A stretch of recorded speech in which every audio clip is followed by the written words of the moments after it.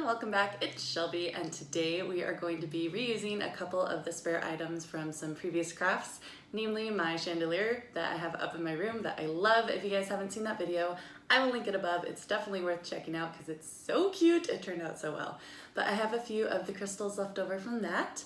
And you guys probably have seen on a couple of my crafts, I use these faux pearl necklaces that are just really cheap and just, you know, super convenient. So I'm going to be using those and my findings kit, but I'll link everything you need down in the description below if you want to make your own. And we are turning them into a set of super cute, adorable, kind of bougie looking earrings. So that is what we're doing today. And yeah, let's just get going. So to begin with, we have the leftover gems from my chandelier project. And then I also have this faux pearl necklace. I have a lot of them. They're actually super handy for crafting because they're basically just beads on a string. Some items from my finding kit and my multi-purpose tool. And what I'm going to be doing is just linking the loops from the findings kit onto the gems. I'm going to do this for both of them.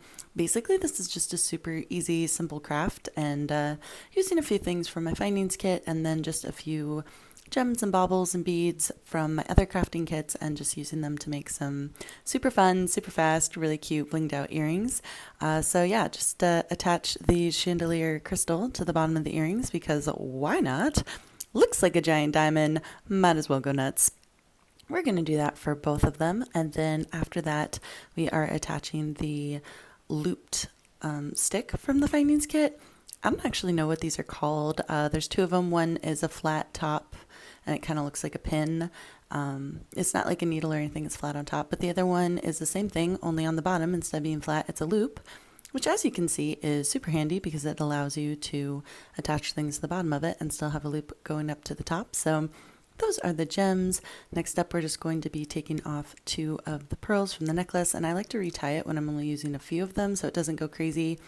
Loop in the pearls onto the sticks, posts, whatever we're going to call them, and then we're just going to attach those to the earring tops. You can do that with your multi-purpose tool. All you have to do is bend down the wire into a little hook or loop shape, loop on the earring, and then seal it closed, and that's basically it. That's one of the earrings there. We're going to do the same thing on the other earring. Just loop that wire down into a hook, put your earring back on it. Don't let it slide down because you want it to be secured to the loop of the stem. Pinch it closed, and those are your earrings. Alright you guys, so these are how they turned out. They're so cute. I love them. They do move a lot, which I really like. I just like the movement and the motion. They're honestly not that heavy. I mean, compared to like studs or no earrings, sure, they're a little bit heavy, but I think I could wear these all day pretty comfortably. They're not pulling on my ears at all. I think they look super cute. I will definitely put some close-ups at the end. I just like the way they move on camera. Like I can totally see that. It is fun. But yeah, this is how it turned out. So I hope you guys like the craft as much as I did. If you do, let me know by hitting that thumbs up. Let me know what you think down in the comments. I do love hearing from you guys. I'll see you here again soon. Thanks so much for watching, and bye for now. So this is the close-up, you guys. Look how pretty they are. You don't really need to see the earring tops, so super glamorous. Just giant diamonds on your ears. What more could you ask for?